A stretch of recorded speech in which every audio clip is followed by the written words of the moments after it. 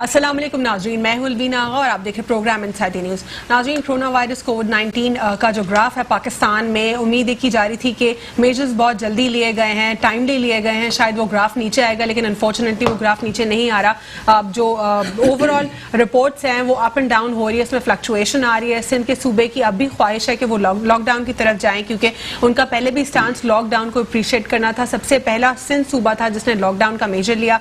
कुछ मेजर्स उन्होंने और भी बहुत अच्छे लिए, लेकिन जिसको बाद में तनकीद का निशाना बनाया गया और क्वेश्चंस उनके ऊपर रेज हुए। साथ ही साथ वफाक के ऊपर भी क्वेश्चंस रेज हुए। वफाक का कंसर्न ये था कि आज से पहले कभी जो है प्रोडक्टिव काम नहीं हुआ, जिस तरह लिस्ट का कोई तैयार करदा कोई काम नहीं था, कोई प्रॉपर मैकेनिज्म नहीं था। साथ ही साथ पाकिस्तान पीपल्स पार्टी और पाकिस्तान मुस्लिम लीग नून का ये भी स्टांस था कि अगर हमारे मुल्क में वेंटिलेटर्स मौजूद नहीं है और सिर्फ 2200 वेंटिलेटर्स हम बना सके 70 सालों में, तो उसकी वजह यह है कि we were not prepared for such pandemic. लेकिन ये सवाल मुकम्मल नहीं होता यहाँ पे, ना ही इसका जवाब मुकम्मल होता है। सवाल ये उठता है कि हर साल जो एक बड़ी मालियत का एक बजट हम एलोकेट करते हैं हेल्थ के नाम के ऊपर, वो आखिर किधर जाता है, कैसे एलोकेट होता है। दूसरी जानिब से सिंध सूबे की जानिब से खास तौर पर जो है ताजर बिरादरी की तरफ से बहुत ज्यादा प्रेशर है सिंध हुकूमत के ऊपर कि लॉकडाउन को खत्म किया जाए। लेकिन जब हम ऑफिशियल्स को देखते हैं, बात करते हुए, तो उनका स्टांस अब भी लॉकडाउन की तरफ मजबूत है। वो कहते हैं कि वो लॉकडाउन की फेवर में है, लेकिन वो ये जो डिसीजन है वफाक के ऊपर छोड़ते हैं। जो वफाक फाइनल डिसीजन लेगा वो उसको जो है एक्सेप्ट करेंगे। इसके ऊपर डिटेल में बात करेंगे ताजर बिरादरी के क्या कंसर्न्स है। ताजर बिरादरी के हवाले से वज़ीर आज़म इमरान खान साहब ने जो कंस्ट्रक्शन इंडस्ट्री है उसके हवाले से एक रिलीफ पैकेज भी अनाउंस किया, लेकिन सिंध के सूबे के जो ताजर हैं वो इससे सेटिस्फाइड नहीं दिखाई दे। वो ये कहते हैं उनके लिए नामुकम्मल है, क्योंकि बहुत सारे लॉज में लकूनास इस वक्त मौजूद हैं। लॉज को कहीं पे मिस इंटरप्रेट भी किया जा रहा है, तो उनके लिए काम करना वैसे भी कैटेगोरिकली पॉसिबल नहीं है 2 साल से। तमाम तर मामलात के ऊपर बात करेंगे। पाकिस्तान की मईशत के लिए हर रोज एक नया चैलेंज है। पाकिस्तान तहरीक इंसाफ के लिए वैसे भी चैलेंजिंग जो है ये हुकूमत रही है, क्योंकि उनकी पहली हुकूमत थी, उनको चैलेंजेस फेस करने पड़े, लेकिन इस पैंडेमिक की वजह से और भी सिचुएशन जो है बद से बदतर होती जा रही है। हमारे साथ प्रोग्राम में मौजूद हैं आसिफ समसम साहब, तज्जियाकार हैं, बिजनेस एनालिस्ट हैं, और ये फॉर्मर चेयरमैन SR आबाद भी हैं। इनसे ओवरऑल बिजनेस के ऊपर एनालिसिस लेंगे। और हमारे साथ मौजूद है लाला रहीम साहब पाकिस्तान पीपल्स पार्टी से, और हमारे साथ प्रोग्राम में इस वक्त मौजूद है इरफानुल्लाह न्याजी साहब पाकिस्तान तहरीक इंसाफ से। आप तीनों मेहमानों को प्रोग्राम में फॉर्मली वेलकम करते हैं। आसिफ समसम साहब, सबसे पहले what's your take on overall scenario के जहां पे ताजर बिरादरी अब भी प्रेशराइज करिए सिंध हुकूमत को कि आप लॉकडाउन की तरफ ना जाएं, लेकिन सिंध हुकूमत का जो स्टांस है अब भी लॉकडाउन की फेवर में, कैसे देखते हैं सिनेरियो को? देखें, हम 2-3 बार पहले भी हम अपने एंड पे ये बात कर चुके हैं कि जो CM सिंध ने जो लॉकडाउन के हवाले से जो फैसले किए वो बहुत अच्छे थे और हम उसको सराहते हैं। लेकिन हमने हमेशा ये बात भी की कि लॉकडाउन अपनी जगह पे, लेकिन हमारे साथ गुर्बत भी लगी हुई है। अक्सर लोगों को ये कहते सुना कि सिंध की आवाम जो है वो, या कराची की आवाम है, वो सुनती नहीं है और रोडों पे वो निकल जाती है। तो आप यकीन करें कि कोरोना के साथ कोरोना से बड़ा गुर्बत भी है हमारे साथ। और ये लोग कोशिश करते हैं, जो निकलते भी हैं उनकी बात करता हूँ, वो कोशिश करते हैं कि वो कुछ ना कुछ जनरेट कर लें अपने बच्चों के लिए, क्योंकि वो ना बच्चों को ये कन्विंस कर सकते हैं कि आपको मैं दूध नहीं दे सकता, बाहर कोरोना है या लॉकडाउन है, या मैं खाना नहीं खिला सकता। तो देखें, दोनों फैक्टर साथ साथ हैं। और मैं समझता हूँ जैसे हमने पहले खुद ये, ठीक है, एक और कंसर्न जो कि ताजर बिरादरी का, वो ये कहते हैं कि सिंध के सूबे ने इनिशिएटिव्स तो अच्छे लिए, मेजर्स अच्छे लिए, लेकिन लूप में नहीं लिया ताजर बिरादरी को। हमें पहले लूप में लेना चाहिए था, हमें एतमाद में लेना चाहिए था कि हम ये काम करने जा रहे हैं और आपने हमारे साथ इस तरह इसमें सपोर्ट करना है। कहते हैं कि उन्होंने इम्पोज कर दिया अपना डिसीजन। जी बिल्कुल, मैं समझता हूँ, मैं इनकी बात को सेकंड करता हूँ, जो हमारी पूरी ताजिर बिरादरी है, कि जो भी फैसले करने थे वो हम सारी ताजिर बिरादरी को एतमाद में लेते, कुछ SOPs हमारे साथ सेट कर लेते, या कुछ इस तरह से कोई तरीका हमारे साथ कोई ना कोई ऐसा तरीका सेट कर लेते कि हम टाइम टेबल के हिसाब से कोई ना कोई सेक्टर हम चलाते रहते और उसको एहतियात के साथ चलाते। ऑनेस्टली मैं आपको बता दूं कि जो हम समझ रहे हैं कि इसमें एहतियात के अलावा कोई फैक्टर नहीं है, जैसे लोग, मैं अक्सर आपके मीडिया पे सुन रहा हूँ कोरोना से लड़ना है, डरना नहीं है। मैं समझता हूँ डरना है, इसलिए कि अल्लाह की आफत, अल्लाह की तरफ से एक आफत है। वैसे कॉन्स्पिरेसीज भी बहुत सारी साथ में चल रही हैं और बहुत सारी थ्योरीज भी हैं कि मैन मेड वायरस है, और बहुत सारी इस तरह फिलॉसफीज भी साथ में एक्चुअली कॉन्स्पिरेसीज अटैच। देखें, मैं तो इन जैसे ताजिर लोग हैं उनको इस बात से कोई इंटरेस्ट नहीं है कि ये कोई मैन मेड है या कोई उसको फैला रहा है। हम तो ये समझते हैं हैं कि हम एक पूरी दुनिया इस वक्त तकलीफ में है और जो हमें नजर आ रहा है, जो हम देखते हैं, आप लोग क्या चाह रहे हैं? फाइनल वर्डिक्ट जो छोटे तबके के जो ताजिर हैं वो तो क्लियरली नो कह रहे हैं लॉकडाउन को, आप लोग क्या चाह रहे हैं कि लॉकडाउन मजीद बढ़े या ना बढ़े? देखें, छोटे तबके का ताजिर इस वक्त मजदूर से भी बुरे हाल में है, क्योंकि एक टाइम होता है, एक टाइम तक उसने सरवाइव किया, लेकिन अब उसके लिए सरवाइव करना मुश्किल है। वो ना आपके साथ राशन की लाइन में लग सकता है, ना आपकी इमदाद का वो आपको SMS कर सकता है।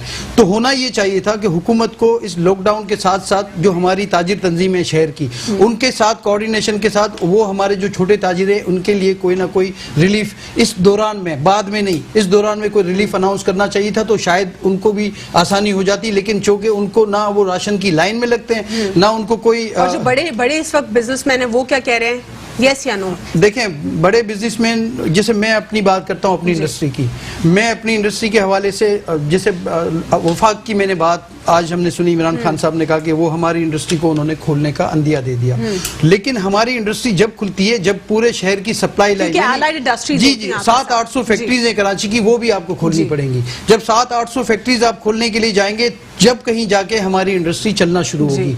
और अभी तक जैसे इन्होंने जो बात कही है, हम देखें, हमने तो इनके पैकेज को भी वेलकम किया, बहुत अच्छा पैकेज है, लेकिन हमने इस बात पे हमने अपने तहफुजात बताए कि सिंध में 2-2.5 साल से काम हमारा बंद है।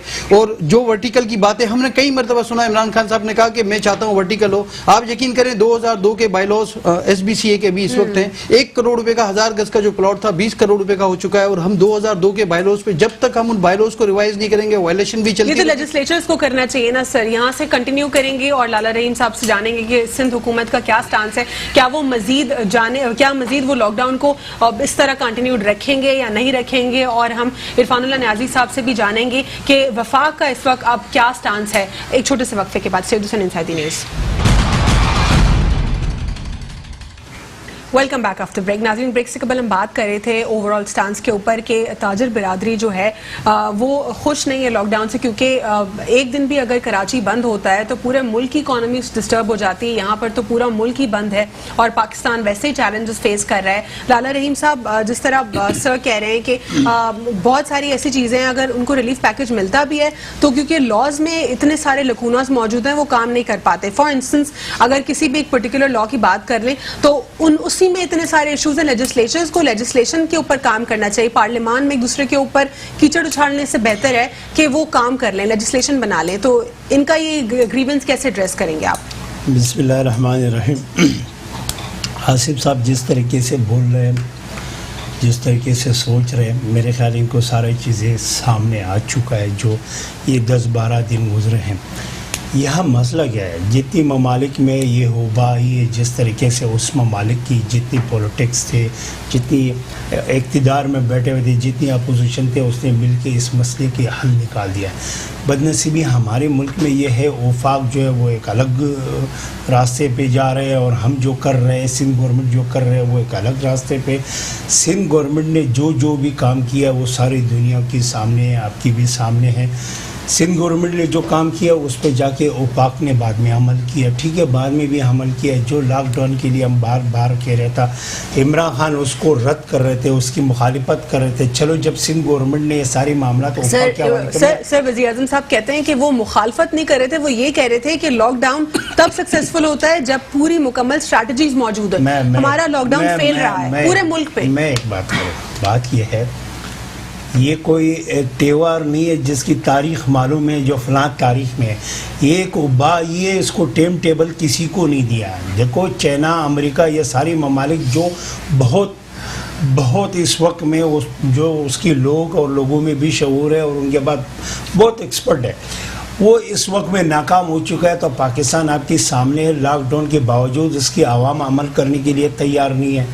लेकिन ये जो चीज़ें आए, ये चीज़ें चाइना से जो बहस चलते चलते तो पाकिस्तान के अंदर जो अचानक से बीमारियां फैल गई, तो ये चीज़ें सारे इमरजेंसी तौर पर आपकी तैयारियां ये करनी थी। तो इमरजेंसी तैयारी में तो यही होता है, किसी को भी मौका नहीं मिला। ऐसा नहीं है। ठीक है, आप लोग का एक कंसर्न जायज़ है कि ये ऑब्वियसली पूरी दुनिया के ऊपर एक आफत आ गई और सब इसको झेल रहे हैं। लेकिन अगर हमारे पास हमारे रिसोर्सेज मजबूत होते हैं पुराने, जिस तरह वेंटिलेटर्स की बात, हमारी सिर्फ 2200 वेंटिलेटर्स, दूसरी जानिब हमारे पास पास कोई डाटा, कोई पर्टिकुलर डाटा मौजूद नहीं इतने सालों में, क्यों हम डेली वेजेस का डाटा नहीं बना सके, क्यों हमने ये कोशिश नहीं की कि हमें पता हो कि इतना परसेंटेज इस शोबे से वाबस्ता और इतना इस शोबे से? देखो, बदनसीबी यह है, इस जो बात आप कर रहे हैं, इस हमारे मुल्क में एक आदमी भी सिंसियर नहीं है। किसी भी फैक्ट्री से आप डेटा मांग लो, उसको कह दो ये डेटा गवर्नमेंट की काम आएगा, तो वो डरते देते नहीं है, क्या खुदा ना खासा हमारे पे टैक्स तो आयद नहीं होगा। इस वक्त में हमारे मुल्क के अंदर हर ताजर जो है कहीं ना कहीं पे टैक्स जो चोरी मीन वाले वो डर मारे नहीं दे रहे। कोई भी आदमी इस वक्त सही काम करने के लिए तैयार नहीं है। इन चीज़ों को ठीक करना चाहिए। देर आया दुरुस्त आया, लेकिन ये चीज़ें अभी मैं इस वक्त में जो काम कर रहा था ये राशन के हवाले से, तो मैंने अपनी बंधु को बिठा दी, मैंने कहा इस डेटे को जमा करो, ये डेटा आपका काम आएगा। बात ये हमारी लोग डेटा नहीं दे रहे, इस चीज़ों पे अब जाके काम करना चाहिए। बाकी रहा है इस वक्त में जो लोग बात कर रहे हैं हमारा पास ये नहीं है, हमारा पास हॉस्पिटल नहीं है, मैं तो कहता हूँ हॉस्पिटल होना चाहिए, हर जगह में होना चाहिए, हर शहर में होना चाहिए अल्लाह। लेकिन मैं कहता हूँ फिर अल्लाह ना करे हमारी मुल्क में ज़रूरत पड़े। ये जिस वक्त में एक बीमारी फैली हुई है, फिर भी पाकिस्तान के अंदर मैं तो कहता हूँ ये तो अल्लाह ने हम पर अमन किया है सर, वरना तो हमारा क्या हाल होता। मैं आपको बताऊँ, आप मुल्क में जो आप सोच रही है इस तरीके से नहीं हो सकता। इस मुल्क में हर जगह में गलत है। मैं ये नहीं कहता हूँ गलत हुआ है, इस मुल्क के अंदर करप्शन भी हुआ है, मैं इस बात से इनकार नहीं।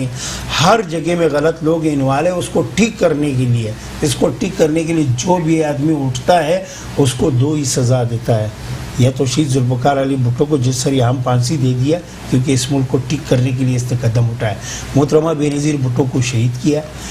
ये बदनसीबी है, इस मुल्क 3 ताकतें चलाता है सर। वो 3 ताकतें एक तो वो है जो आवाम, एक तो वो है जो इमरान खान को कामयाब किया। आपको भी लेकर मैं आपको हमको कभी नहीं लाया।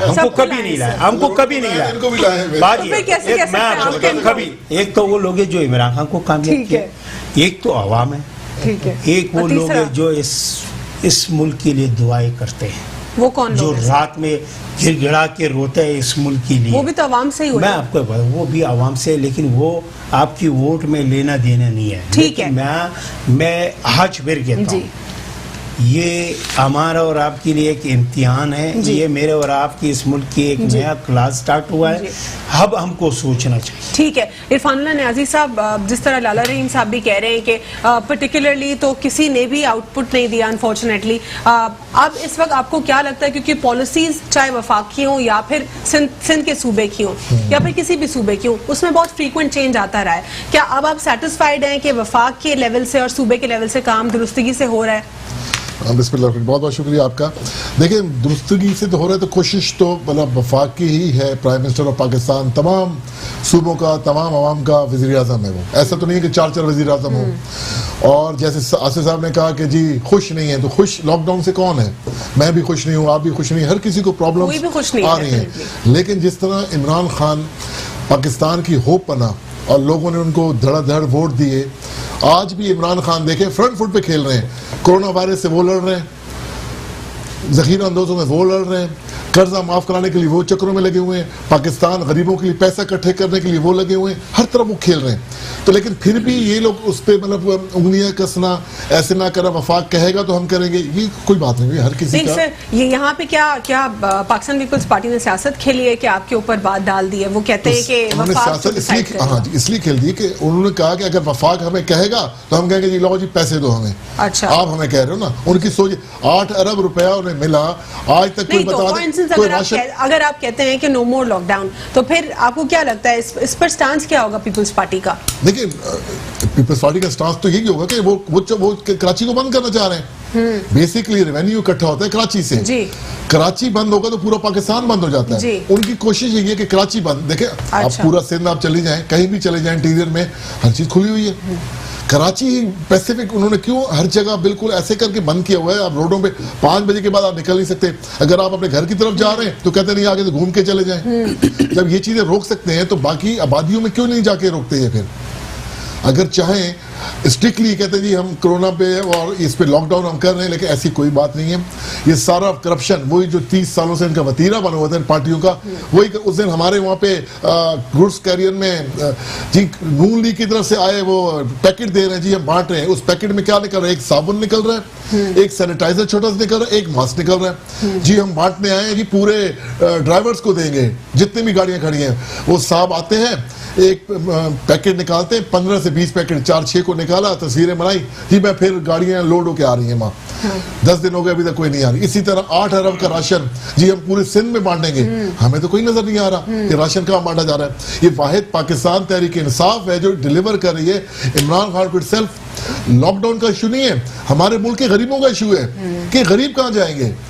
80% आबादी हमारी गरीब। 8 अरब रुपए का तो पूछो, ये कहाँ पर है ये 8 अरब? नहीं तो आपको जो मिले ना राशन के लिए, आप भी लोग कहते हैं। मैं पहले अपनी मालूमात को तो जी 8 अरब रुपया नहीं है, 1 अरब रुपया, ठीक है। राशन 8 अरब का राशन जो है ना, जो आप कहते हैं कि हर वार्ड में 2-2 हजार बैग हमने पहुंचा दिए रात की तारीखी में, हमें पता नहीं। वही राशन हो गया जो सर वो जो 880 अरब रुपए का जो पैकेज है वो तो कम्प्लीटली ओवरऑल हर जगह, वो किसी पर्टिकुलर इसके अलावा जो इनके अलावा जो वहां से IMF से मिले, जो सबसे पहले शुरू में इनका वो आ गया कि जी बहुत जबरदस्त काम करे मुराद अली शाह, और ये अपना सारा हाइप दिखा के और पैसा ले लिया। वो पैसा कहाँ गया? कौन सा पैसा? 2 लाख वो जो चैरिटी की बात जी जो वहां से फंड्स आएंगे मालूम नहीं है। ये जो बात कर रहे हैं, मैं नहीं बात सोशल मीडिया पे इनने कल से एक बात जारी किया कि सुप्रीम कोर्ट ने चीफ जस्टिस से कहा 8 अरब रुपए कहाँ गया राशन।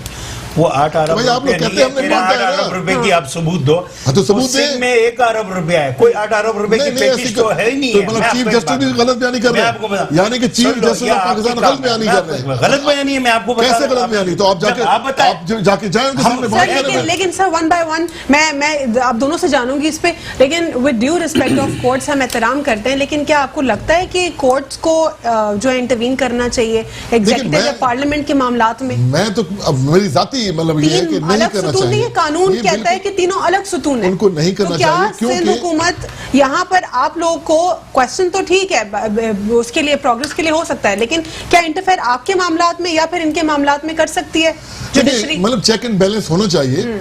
थोड़ा खौफ तो होना लोगों को कि जो अगर करप्शन कर रहा है जो मतलब तो उनको पकड़ाई भी होगी, जो हमारा प्राइम मिनिस्टर कह रहा है, तो ये अच्छी बात है, चेक एंड बैलेंस होना चाहिए। लेकिन और डॉक्टर जफर मिर्जा साहब को जो हटा दिया, लेकिन डॉक्टर जफर मिर्जा को हटा दिया, ये कोर्ट का स्टांस है। उन्होंने किस बेस पे उन्हें हटाया? मैं तो उसमें वकील तो हूं नहीं कि उसमें मुझे पता हो पूरे केस का किस बेस पे हटाया, वो तो खैर नहीं sir. With due respect again we do not want to do any contempt of courts, लेकिन यहाँ पे किसी को रिमूव करा देना it's completely parallel to the thing कि आप इंटरवीन कर रहे हैं दूसरे डोमेन में जो दो अलग सुतून है आपके स्टेट के, तो ये तो आपके साथ इंटरफेरेंस हो गई है ऑलरेडी। मैं तो कह रहा हूं चेक एंड बैलेंस के लिए अगर कर रहे हैं तो ठीक है, लेकिन अगर किसी और उनकी सोच है, अब उनकी सोच पे तो हम पैरा नहीं बना सकते ना कि और चीफ ऑफ मतलब सुप्रीम कोर्ट के वो हेड है, उनको हम क्या कहें, मना भी नहीं कर सकते।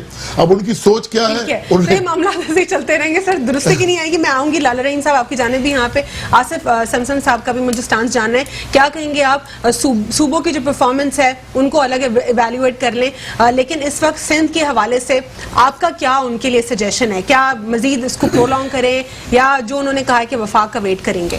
देखिए मैं तो हैरान होता हूँ, और भी बाकी चैनल हम देखते हैं या किसी चैनल पे जाते हैं कि अभी तक यही चल रहा है कि इमरान खान जो है वो सही काम कर रहे हैं और यहाँ से ये कहा जाता है कि CM सिंध सही काम कर रहे हैं। खुदा के वास्ते ये जो हालात हैं ये कोई मजाक नहीं है। हमको कम से कम जब तक कि कोरोना के मामला ठीक नहीं हो जाते इन सब बातों को छोड़ना होगा और मिल के काम करना होगा। इमरान खान भी पाकिस्तान के लिए सोचते हैं, CM सिंध भी पाकिस्तान और सिंध के लिए सोचता है। लेकिन अब क्या करें जो बीच में लोग जो दोनों के वोटर्स हैं वो इसमें मिसकंसेप्शन पैदा कर रहे हैं और इस वक्त को भी कैश करने की कोशिश। देखिए मेरी बात सुने, कुछ चीजें ऐसी हैं जैसे हमने कहा कि जो पैकेज के हवाले से आपने कहा कि हमने कहा पैकेज बहुत अच्छा है, टैक्स इस्लाहात बहुत अच्छी है, लेकिन कराची में सबसे बड़ी इंडस्ट्री कराची है जो वर्टिकल। लेकिन आसिफ साहब आपने ये भी कहा ना कि लेजिस्लेशन जो है वो आपको वीक करती है। नहीं, सिर्फ लेजिस्लेशन नहीं है, सिर्फ लेजिस्लेशन नहीं है, जो हमारे कन्वर्ट डिक्लेयर्ड कमर्शियल रोड पे जो प्रोजेक्ट कन्वर्ट होकर अप्रूवल में थे वो भी रुके हुए हैं।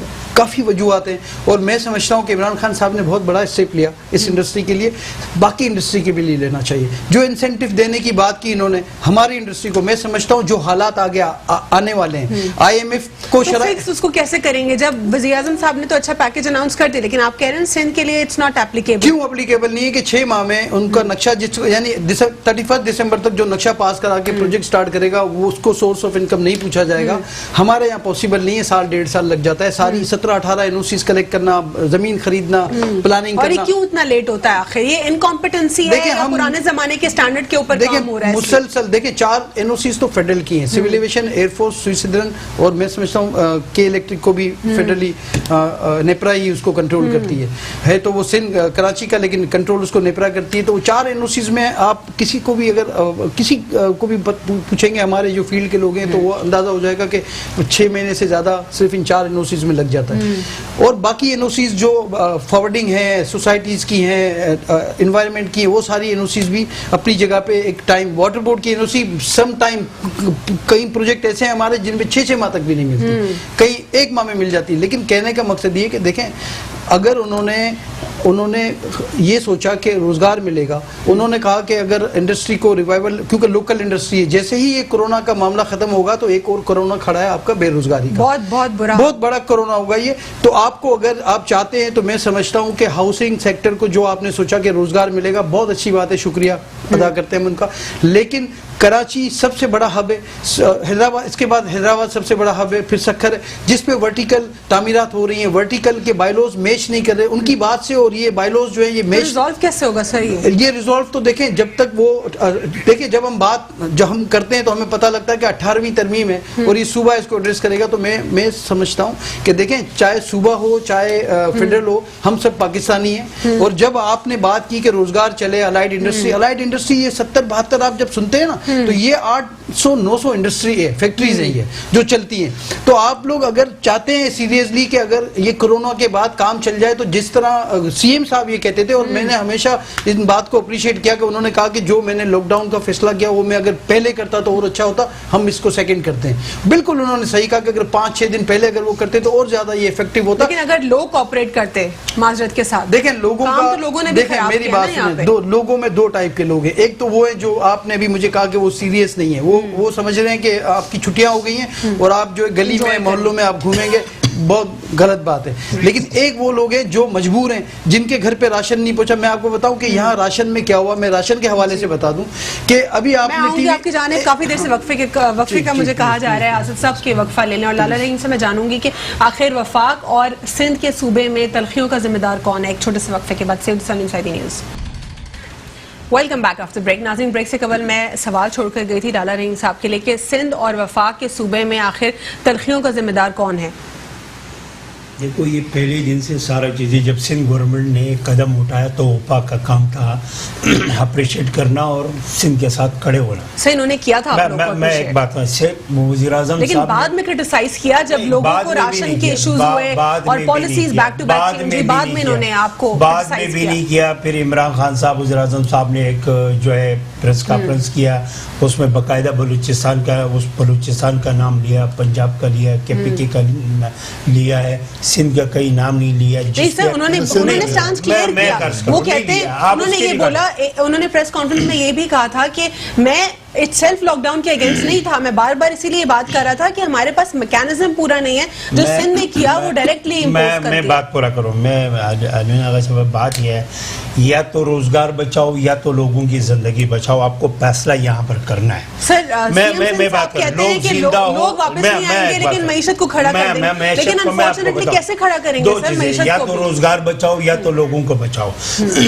लोग जिंदा होंगे तो माशियत जो है वो खुद ब खुद इंशाल्लाह खड़े हो जाएगा। ये देखो हम इस पे मैं कह रहा हूँ, इस वक्त में जो सूरत-ए-हाल बनी हुई है, जो हमने दिन गुजार लिया, अब थोड़ा सा और बर्दाश्त करना पड़ेगा। जितनी मेहनत आपने किया है ये आप 6-8-10 दिन में आपने मजीद खत्म हो जाएगी। 8-10 दिन आपको मजीद ये चीज़ों को बर्दाश्त करना पड़ेगा। बर्दाश्त किया तो फिर बचेगा नहीं। वो जितनी मेहनत हमने किया, जितनी भी सुबह ने किया, जितनी भी वज़ीर आला ने किया, किया। जितनी आवाम ने तकलीफ उठाया, गरीबों ने उठाया, हम समझते हैं इस वक्त में बुरा हाल है।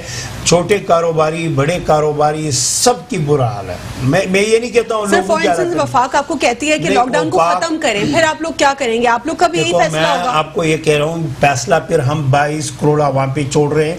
हमने जब नहीं, मैं आपको कह रहा हूँ, मैं एक बात बता रहा हूँ, हम इस वक्त में वज़ीर-ए-आज़म और वफाक के साथ ज़बरदस्ती नहीं कर सकते हैं। हमने पहले दिन जो कदम उठाए इन चीज़ों को फिर हम कहता है, आज फिर हम कहता है 8-10 दिन इस सूरत-ए-हाल को मज़ीद आपको करना पड़ता है, लॉकडाउन करना पड़ता है, लोगों को घरों पे रहना पड़ेगा। देखो, हमने फैसला इस वक्त में इमरान खान की सर, आप कहते हैं कि लोगों को मजीद घरों में रहना पड़ेगा। क्या आप अग्री करते हैं, लोग जब आपने सेक्शन 144 इम्पोज किया तो क्या लोग वाकई घरों में बैठे? तो मैं उस तबके की बात नहीं करी जिस तरह आसिफ साहब कह रहे हैं वो गरीब दिहाड़ी के लिए निकलने की कोशिश कर रहे हैं, जो कि मिलेगी नहीं लेकिन निकल रहे हैं, लेकिन वो जो पिकनिक मना रहे हैं, घरों से निकल रहे हैं, उनका क्या करें? मैं कहता हूँ उस पे एक दफा जब ओफाक जो है सूबों के साथ खड़े हो जाएंगे, जब ओफाक ये कहता है सुबह ये गलत कर रहे हैं, ये बात छोड़ देंगे तो इन चीजों पे अमल भी हो जाएगा, सख्ती हो जाएगा। अब जब मैं एक बात बताऊं, इस वक्त में सियासत हो रही है, मैं आपको एक बात, नहीं, लेकिन वो कंट्रोल में नहीं आ रहे, कैसे करेंगे? पुलिस के साथ रेंजर्स भी मौजूद है, मैं सब है, सियासत हो रही है बखुदा। मैं कह रहा हूं, सर वो सवाल मुकम्मल सुन ले मेरा। मैं आपसे ये कह रही हूँ कि रेंजर्स भी मौजूद है, लॉ एनफोर्समेंट एजेंसीज मुकम्मल मौजूद है, वो बेचारे सब अपनी ड्यूटीज कर रहे हैं, उनको तो सल्यूट है, दिल दुखता है उनको देखते हुए कि वो जिस तरह डे 1 से खड़े हुए हैं और ड्यूटीज दे रहे हैं। लेकिन बात यहाँ पे ये होती है कि जो लोग हैं वो नहीं मान रहे, उनको उनकी अक्लों में बात नहीं बैठ रही कि घर बैठ जाएं भाई, आप सोशल डिस्टेंसिंग के ऊपर अमल करें। उनको कैसे अमल कराएंगे आप? सक्सेसफुल नहीं हुआ ना फिर तो लॉकडाउन बेकार हो गया, आपकी मेहनत भी जाया हो गई, मईशत भी तबाह हो रही है। मैं इनकी बात को ऐड कर दूं, देखें जो हमने देखा है, आप फिजिकली बचाने जाते हैं तो फाइनेंशियली हम वीक हो जाते हैं, मर जाएंगे। लेकिन सर, लेकिन मसला तो यहाँ पे ये है कि कोशिश जो कर रहे हैं जिस सिमत में, वो भी तो पूरी नहीं हो रही ना। लोग जो घरों से बाहर निकल रहे हैं जबरदस्ती, फायदा नहीं हो रहा ना। नहीं तो लोग जब नहीं मान रहे, सर क्या करें? लोगों के लिए मैं एक बात करूं, सर फाइन लगा दें इनके ऊपर ताकि घर से तो ना निकले। अच्छी बात है, आप अपने सूबे में बताएं, सूबा अपना इनिशिएटिव ले ले। मैं एक बात बता रहा हूँ, इसमें मैं एक दफा फिर कहता हूँ, जो इमरान खान ने गलतियां की है, जिस सूबे ने किया, वो एक तरफ रखो। एक दफा फिर मैं कहता हूँ, अभी भी वक्त है, अपनी मुल्क की 22 करोड़ आवाम पे रहम करो। ठीक है, इस पे एक पिच पे खड़ा होना चाहिए। अभी तो ये देखना है कि जो अभी इमरान साहब ने एक इंडस्ट्री खोली है और उनके साथ अलाइड इंडस्ट्री को खोला है, अभी मैं समझता हूं किस तरफ है, आपको क्या लगता है, क्या वो लॉकडाउन को आहिस्ता आहिस्ता खत्म करेंगे? नहीं, मैं कुछ और देख रहा हूँ कि मुझे अभी ये देखना है कि जो सिंध गवर्नमेंट का क्या रिप्लाई है इसमें। अभी तक तो उन्होंने कहा कि जो वफाक फैसला, जी अभी तक तो उन्होंने कहा है कि जो वफाक फैसला करेगा वो अमल करेंगे। ठीक है, अभी ये देखना है कि सिंध गवर्नमेंट, क्योंकि देखें हम काम सिंध में कर रहे हैं और अगर आप खोलने जा रहे हैं तो मैं ये समझ रहा हूं कि अगर साथ साथ ये भी कर दें कि जो रुके हुए प्रोजेक्ट हैं वो भी खोल दें तो आपको काम होता हुआ भी नजर आएगा और इसको भी खुलते खुलते टाइम लगेगा। देखिए जब एक इंडस्ट्री रुक गई है, बंद हो गई है, एक पैनिक है, पूरी दुनिया में पैनिक है, तो हमें भी काम करने के लिए फाइनेंस चाहिए। ये फाइनेंस इंस्टॉलमेंट की सूरत में हमें मिलता है, जो हम नहीं समझते कि महीने 2 महीने में ये कोई मुमकिन है। तो आपको कंस्ट्रक्शन के साथ साथ मैं समझता हूँ एसओपीज, अच्छे एसओपीज और एहतियात के साथ साथ कुछ और इंडस्ट्रीज को भी आपको सही, तो तभी पॉसिबल है ना जब ये भी अग्री करते हैं और कहते हैं कि ठीक है लॉकडाउन को खत्म करें, क्योंकि एलाइड इंडस्ट्रीज कितनी 40 या कितनी एलाइड इंडस्ट्रीज होती हैं आपके साथ। लॉकडाउन खत्म होगा तो कराची में 700-800 फैक्ट्रीज हैं जो चलना शुरू हो जाएंगी। ठीक है, इरफान नियाज़ी साहब, जिस तरह चीफ जस्टिस ऑफ पाकिस्तान ने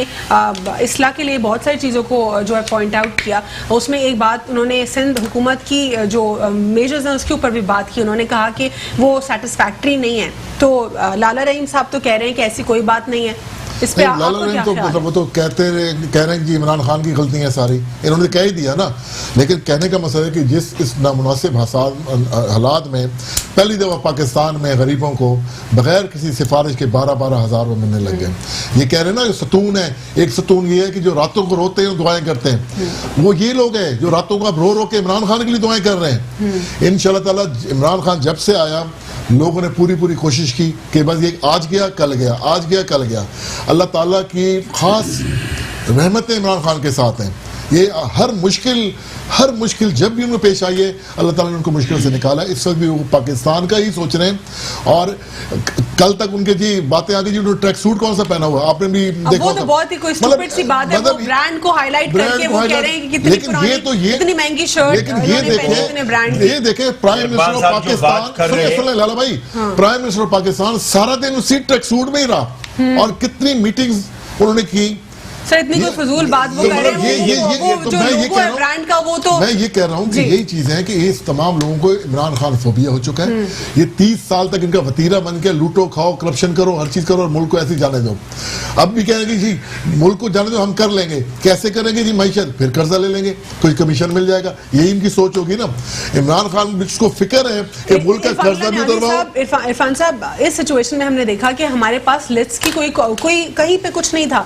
तो मैं बार यही पॉइंट आउट कर रही हूँ, पीएमएलएन से भी पूछती हूँ, पीपल्स पार्टी से भी पूछती हूँ, उनके पास सैटिस्फैक्टरी इस पे आंसर नहीं होता। लेकिन आप लोग के दौर में आप लोगों ने देख लिया कि कितनी सख्त जरूरत है हमें इस डाटा की। तो क्या आप लोग कोई ऐसे परमानेंट डाटाबेस अब नहीं बनाएंगे? आप लोग नादरा की हेल्प भी ले सकते हैं, नारा एक और हमारे पास इदारा है उसकी भी हेल्प ली जा सकती है। इसके अलावा जो आप लोग फोर्स बना सकते हैं इंडिपेंडेंटली, हमें पता लग सकता है कि एक प्रोफेशन से इतनी परसेंटेज है, दूसरे प्रोफेशन से इतनी परसेंटेज है। खुदा ना खास्ता फिर कभी कोई नेशनल डिजास्टर आता है हमारे मुल्क में, तो ठक ठक आपने लिस्ट निकालनी है, लोगों को एकोमोडेट करना है, काम आसान हो जाएगा। क्या हर बार रोते रहेंगे हम? कोई आप लोग राशन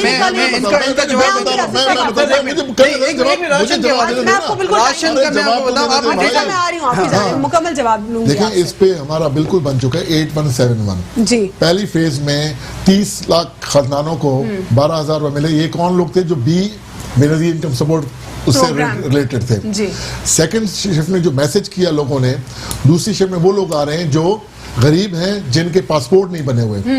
बकायदा लिस्ट डाटा आपने जो है क्या कुछ इदारों की मदद से इकट्ठा किया या अलग से टीम से? अलग से इदारों की हेल्प ली जा रही है, नादरा की हेल्प ली जा रही है कि अगर कोई बंदा जैसे मैं एक्सेप्ट करूं, मेरा पासपोर्ट बना तो मेरा नाम नहीं आएगा। आप बना रहे हैं तो ये परमानेंट आप लोग इसको सेव रखेंगे? परमानेंट सेफ होगी। और ये लिस्ट ये तो ऐसा खुदा ना खास्ता तो नहीं होगा जो कभी से पहले नहीं ऐसी बनेगी। थोड़ी प्रॉब्लम्स आ रही हैं, ऐसी लिस्ट होगी कि अगर बिल्कुल मतलब रूट का जो गरीब आदमी है। इदारा है इरफान साहब नेशनल डिजास्टर मैनेजमेंट अथॉरिटी के नाम से, वो इसीलिए है कि कोई भी कुदरती आफत आती है तो उसने वहां पे उसको अकोमोडेट कराना चीजों को। आप गलत साइड पे जा रहे हैं। देखिए मेरी बात सुनिए, लिस्ट की ये 2 मिनट मुकम्मल कर लेते हैं। यही चीज हो रही है, उसी तरह लिस्ट प्रिपेयर हो रही है। इसके अलावा हमारे MNS MPS UC ward wise लिस्टें बना रहे हैं। पहले तो राशन दिया ना, राशन आराम से जाता है, लेकिन राशन का पहले डिस्ट्रिक्ट लेवल पे डिस्ट्रीब्यूशन हुई, फिर यूसी लेवल के ऊपर हुई, फिर दोबारा तीसरा मेजर हुआ, तो ऐसे डिस्टर्बेंस हो रही है। लेकिन देखिए पहले अफरा-तफरी थी, अब जो बकायदा लिस्ट, बकायदा फॉर्म्स आ चुके हैं उसके हिसाब से। लेकिन ये काम आपने कितना किया? ये क्या पूरे मुल्क का ही डाटा कलेक्ट हो रहा है? पूरे मुल्क का हो रहा है, किसी स्पेसिफिक सूबे का? पूरे मुल्क का ये डाटा हो रहा है। और इंशाअल्लाह ताला बकायदा आप अगर आप गवर्नमेंट में कभी आएंगे तो आपको भी मिल जाएगा कि हमारे मुल्क में कौन गरीब है, कौन बिल्कुल जिसका अकाउंट नहीं है किसी के पास। देखिए अगर किसी का मोबाइल और 1000 से ज्यादा अगर उस मोबाइल बैलेंस यूज करते हैं तो उसको भी नहीं मिल रहे 12,000। तो आप अंदाजा लगाएं कि किस हद तक इस पे काम किया जा रहा है। इसको सीरियसली लेना चाहिए, ये काम हमें आगे काम आएगा। आसिफ साहब, ये मेरा कंसर्न ये है कि हमारे पास इतने सालों में लिस्ट मौजूद होनी चाहिए था, हमें पता होना चाहिए था कि इस शोबे से कितने लोग वापस हैं, इससे कितने। मैं आपकी बात से भी इख्तिलाफ करता हूं, इनसे भी इख्तिलाफ करता हूं। ये जो लोग हैं ना अभी जो इंटर हुए हैं, जिनके साथ इश्यूज हैं, एक तो वो है जो बेनजीर में या किसी भी इनकम सपोर्ट में ऑलरेडी रजिस्टर्ड थे, जो पाकिस्तान की इकोनॉमी खुली थी जब भी वो किसी काम में बेचारे नहीं थे और वो जरूरतमंद थे। यहाँ एक नया डेटा, डेली वेजेस वाली आप बात करें, डेली वेजेस नहीं, यहाँ डेली वेजेस देखिए, डेली वेजेस भी उनको भी मैंने कहा ना, जैसे हमारी सेक्टर के कुछ लोगों ने ये किया है कि अपनी लेबर को इस तरह एंगेज रखा है कि अगर वो काम नहीं है, सारे नहीं है ना, फ्रीलांसर्स भी तो हैं, घरों में जाके पेंट करते हैं, प्लम्बर का काम करते हैं, वो मैं उस डाटा की बात कर रही हूं कि हर मुकम्मल डाटा। अच्छा ये बताएं, ये जो लोग थे ना इससे पहले ये बेनजीर में रजिस्टर्ड नहीं थे, सारे नहीं, ऑब्वियसली आप ये छोड़ दें। और भी एहसास प्रोग्राम है, बेनजीर का बहुत सिंपल कर देते हैं, आप छोड़ दें मोबाइल के डेटा को और कौन, आप बहुत सिंपल देखिए, हर आदमी परेशान है, मिडिल क्लास भी सबसे ज्यादा परेशान है। रीच कैसे करें? आप बिल से रीच करें, आप सिंपल है कि आप देखें कि 4,000 3,000 से नीचे का जो बिजली का बिल है उनके घरों पे आप पहुंचा दें राशन। सर आप बात उनसे बात पूछने ये की हुई, जरूरत नहीं सर है। सिंपल बात है कि आपने डाटा कलेक्ट करना है, बहुत सारे तरीके हैं। आप नादरा को भी लूप में ले सकते हैं, आप टीम से भी इंडिविजुअल देखिए, काम करवा सकते नहीं, हैं, अब तो आप प्रोग्राम से भी निकाल सकते हैं। अच्छा मैं आपको बता रहा हूं। अभी मैं आ रही हूं, मैं सर एक मिनट देखें, 2-3 चीजें मैं जरा अपनी कर दूं, फिर आप इनकी बात सुनिएगा। बात ये है कि अगर हम चाहें ना तो ये जो हमारे रिफाई इदारे ना बहुत बड़ा काम कर रहे हैं। ये जो 6 राशन एक को, 10 राशन एक को, और जो वीडियो चल रही है कि मार्केट में बिक रहा है, खुदा के वास्ते सेंट्रलाइज कर दें सबको, सारे रिफाई इदारों को, यानी आप खुद भी रिफाई इदारों के जरिए उसको तकसीम करा दें। आप यकीन देखें कि आपको रिजल्ट बिल्कुल डिफरेंट मिलेगा। ये बड़े पैमाने पे काम कर रहे हैं, इनके साथ लोग राब्ते में, और जो सफेद पोश हैं वो भी उनके राब्ते में। तो अगर आप चाहते हैं सीरियसली इस पे काम करना तो इनको आप अपने साथ मिला लें, जो बड़े रिफाई इदारे हैं। और दूसरी बात ये कि जो हम बात कर रहे हैं कि जो पैकेज या जो इंसेंटिव है, कराची चेंबर ने भी अपनी तजावीज़ात दी हैं, और मैं समझता हूं कि जो अभी से अगर आपने तैयारी ना की 1 महीने 2 महीने के बाद, तो ये राशन नहीं, राशन कब तक बांटेंगे आप? सिंपल ये था कि लिस्ट जो है, आप लिस्ट हमारे पास नहीं थी, लिस्ट होती तो सर रो रहे हैं लोग जिस तरह लाला रहीम साहब भी जानते हैं इस बात को। मैंने बहुत सारे पीपल्स पार्टी के रिप्रेजेंटेटिव से बात की, मार्च से लेके अब तक अप्रैल पूरा कितना आ गया। लाला साहब भी अब खुद से वो कर रहे हैं हेल्प लोगों की, बहुत अच्छा काम है, हम सभी हेल्प कर रहे हैं लोगों की। लेकिन मेरा जो पर्पस था वो सिंध हुकूमत के बजट तक रीच करना था, लेकिन मैं नहीं कर पाई। जो लोग हैं रिप्रेजेंटेटिव कि मैं वहां तक पहुंच के देख सकूं कि वो क्या मैकेनिज्म है, मैंने अभी तक मैं जान ही नहीं सकी कि वो किधर से मिल रहा है। कोई नहीं जान तो लिस्ट सकता। नहीं है ना सर, लिस्ट नहीं है लोगों की। डीसी के सिस्टम अब लाला साहब तक भी डायरेक्ट लोग जा रहे हैं जो उनको जानते हैं उनकी मदद के लिए। मगर मुझे वो contact लोग कर हो रहे हैं, सकता है मैं वो उनके तक पास भी जा रहे हूँ, जी, और वो लोग किसी और के पास भी जा रहे सर हैं। बहुत सारे लोगों मैं के यहाँ पास। पर आप आपको क्यों बताऊं, वेट कर रहे आसिफ भाई, हैं? मैं आपको जी। बताऊं। इस वक्त में जो इरफान साहब ने बात की है पासपोर्ट की, मेरे 5 भाई है तो 3 का पासपोर्ट नहीं बना हुआ है। जिनके पासपोर्ट नहीं बना हुआ है तो क्या वो गरीब हो गया? कभी ऐसा नहीं होगा। मैं एक अर्ज करूं, सर ये तो एक पॉइंट है ना, एक point जरूरी ये नहीं इसी है, ये तो तरीके से सिंपल कर पॉइंट है इसमें ना। एक point रखा गया उसमें, उसमें मैं point रखा गया यार। इस वक्त में मैं उससे हट के मैं एक यूसी को देख रहा हूँ। उस सरमायादार लोगों ने अप्लाई किया जिसको मैं जानता हूँ अच्छा खासा। सर तो लोगों में फिर शर्म होनी चाहिए ना, ये तो लोग अप्लाई जालिम किया है होगा तो उसको मिलेगा ना। नहीं। जालिम है। मैं गारंटेड कह रहा हूँ बिल्कुल। सर ये सर सही बोल रहे हैं, क्योंकि बेनजीर इनकम सपोर्ट प्रोग्राम में भी मेरा ये सवाल था। बेनजीर में तो लूट मार थी, वो तो लूट मार लगी थी ना। मेरे को उसमें तो लूट मार लगी हुई सर थी। जल्दी जल्दी कर ले, थोड़ा सा वक्त जो होने वाला है। बेनजीर कम सपोर्ट के नाम था डेटा उनने लिया, उसको मिल गया, अच्छी बात है, ठीक है। बाकी जो दूसरे लिस्टें बन एहसास रहे हैं, प्रोग्राम। जो मखसूस लोगों की ख्वाहिशात पे लिस्टें बन रहे हैं, मैं हकीकत सर बता रहा सारे हूं, गरीब दिख रहे हैं, उसमें कोई गरीब नहीं है। गरीब इस वक्त में परेशान साफ लग रहा है उन है, बेचारों गरीब की। वो परेशान है। मैं आपको बताऊं, आपने देखा होगा सिंध के अंदर और पंजाब के अंदर FIR कट चुके हैं, जिसमें PTI की उहदेदार और जिम्मेदार यहाँ पे सियासत नहीं करते, चलिए, मैं नहीं सब खत्म करता, हो मैं गया। इसकी गरीब बात कर परेशान रहा है हूं। तो इमरान एक मिनट मेरी बात, गरीबों के लिए परेशान है। देखिए, लोग इन्वॉल्व हैं, कोई लोग इन्वॉल्व नहीं है, लोग इन्वॉल्व कोई हैं। इन्वॉल्व यहाँ नहीं है। एक मिनट, देखिए, यहाँ के लोग इन्वॉल्व है, बाकायदा अलवीना, मैं एक बात बताऊं, मैंने इनको कहे माफ कर दे, इनको कहे हमें माफ कर दे, पाकिस्तानी अवाम को माफ कर दे। ये पुराना पाकिस्तान नहीं है, ये नया अब ये इरफान पाकिस्तान साहब है। बात कर रहे हैं, पाकिस्तान है भाई मैं साहब। करप्शन और ये फलाना रियासत आजम मदीना बनना जा रहा है। जहांगीर तरीन ये रियासत मदीना बनना जा रहा है, ये नया कैसा पाकिस्तान बनना जा रहा है? इंशाल्लाह जहांगीर पूरे तरीन पाकिस्तान आपकी में है। बगल आप में लोगों की लूट मार मैं खत्म हो चुकी है। जहांगीर तरीन अब कौन है? लूट मार का वक्त खत्म हो चुका है। मैं आपको बताऊं, आपका लूट मार का वक्त खत्म हो चुका है भाई। आपको जरदारी मैं साहब आपसे एक बात ये माफ कर दे अवाम को। जरदारी साहब कहते हैं जो गरीबों का पैसा खाता है मुझे दुख होता है बड़ा। ये कर रहे हैं, मैं आपको एक बात ये कर रहे हैं, ये कर रहे हैं, मैं जवाब दे रहा हूं। 12,000 रुपया जिंदगी में पहली दफा मैं आपको मेरी जिंदगी में करप्शन की बात कर रहे हैं। 40 साल की जिंदगी में पहली दफा जहांगीर तरीन 12,000 रुपया किसी गरीब को कैश में किसी सिफारिश के जब ये कर रहे कह रहे 12,000 जिंदगी में पहली दफा आपकी लाइफ में पहली 12 किसी गरीब को कैश मिल रहा है। अब मैं आपको लोग एक बात रातों को दुआएं दे रहे हैं, लोग झोलियां पकड़ पकड़ के बहुत शुक्रिया इरफान साहब, बहुत लोग दुआएं दे रहे हैं इमरान खान बहुत शुक्रिया। को। लाला रहीम भाई, ये नया पाकिस्तान तीनों है। मेहमानों का बहुत बहुत शुक्रिया। और सारे जो मुकम्मल सूबे हैं वो अपनी एफर्ट्स दिखा रहे हैं, लेकिन जो पिछले कई साल गुजर चुके हुकूमतों के, उन्होंने अपना होमवर्क जो है इवन नहीं किया था पर्टिकुलर, और अपना टाइम पीरियड गुजारने के बाद ना लिस्ट मौजूद थी, ना कोई मैकेनिज्म था, ना कोई काम था। अब नेशनल डिजास्टर मैनेजमेंट अथॉरिटी को भी जब जिम्मेदारियां सौंपी गई, उनके पास लिस्ट ही नहीं, उनके पास मैकेनिज्म ही नहीं है। हालांकि इस वक्त हर सूबा कोशिश कर रहा है कि वो काम करे, डिलीवर करने की कोशिश करे। इस वक्त किसी की नीयत में शक नहीं है, लेकिन क्योंकि पहले काम नहीं हुआ हमारे मुल्क में, अनफॉर्चुनेटली उसके कॉन्सिक्वेंसेज हमें आज झेलने को मिल रहे हैं। आज के लिए इतना ही। अल्लाह हाफिज, गॉड ब्लेस यू ऑल।